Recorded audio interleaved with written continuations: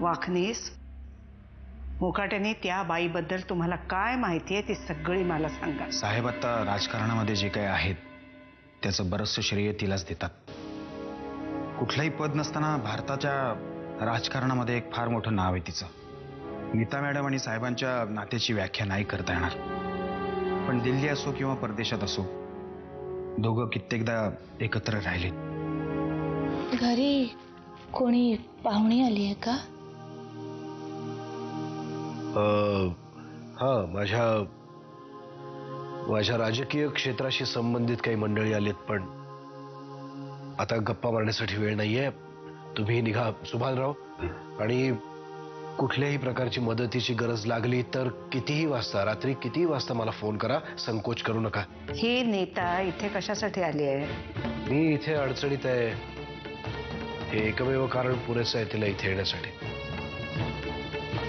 आणि खरं सांगू ते बाई, जर मी ह्या प्रकरणातून सही सलामत सुटलो तर त्यात नीताचा खूप मोठा वाटा असेल. साहेबांचा राजकीय शत्रू विक्रांत महाडिकची.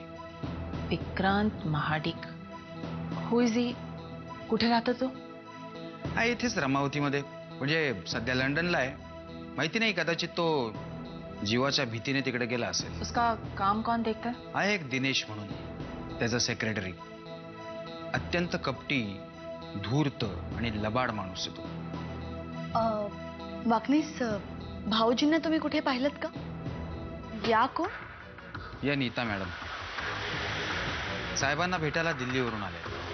भेटायला आल्यात आणि थेट स्टडी रूम मध्ये?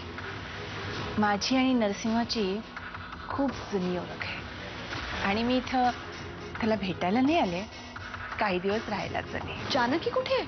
जानकी वहिनी सकाळीच रमावतीला गेले. त्यांचे वडील सुभानराव आले होते, कारण त्यांच्या आईची तब्येत अचानक बिघडली. त्यामुळं जानकी रमावतीला गेलीये आणि दिल्लीचे पाहुणे थेट स्टडी रूम मध्ये? तुमची काळजी मला वाटणारच ना? तेही खरंच आहे म्हणा.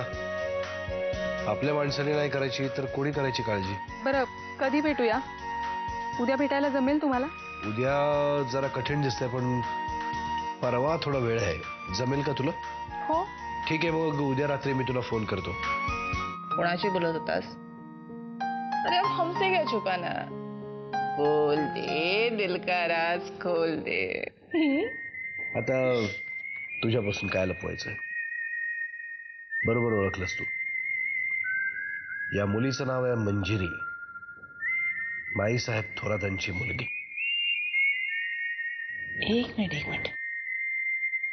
माईसाहेब थोरात म्हणजे तुझ्या अगेन्स्ट ज्याने हँगर स्ट्राईक केलाय त्या ह्याच ना?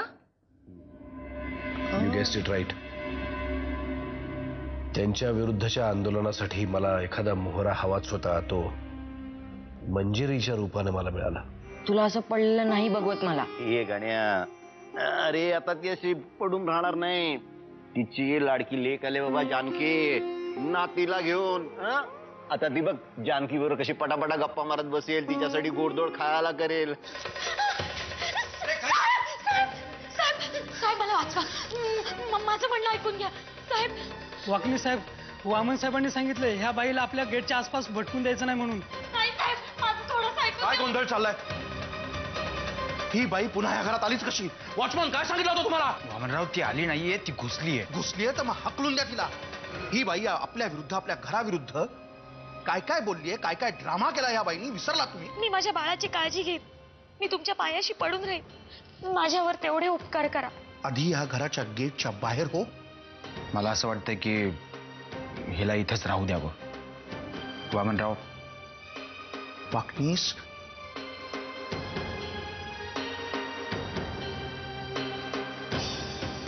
म्हणूनच सांगतोय हिला घराबाहेर सोडू नका. वामनराव, बाहेर जाऊन आपल्या विरुद्ध, आपल्या घराविरुद्ध आणि युवराज विरुद्ध काहीतरी गडबड नक्कीच करेल. त्यापेक्षा इथे राहू द्या, डोक्याला ताप नाही. आणि 24 तास आपलं लक्ष राहील तिच्यावर.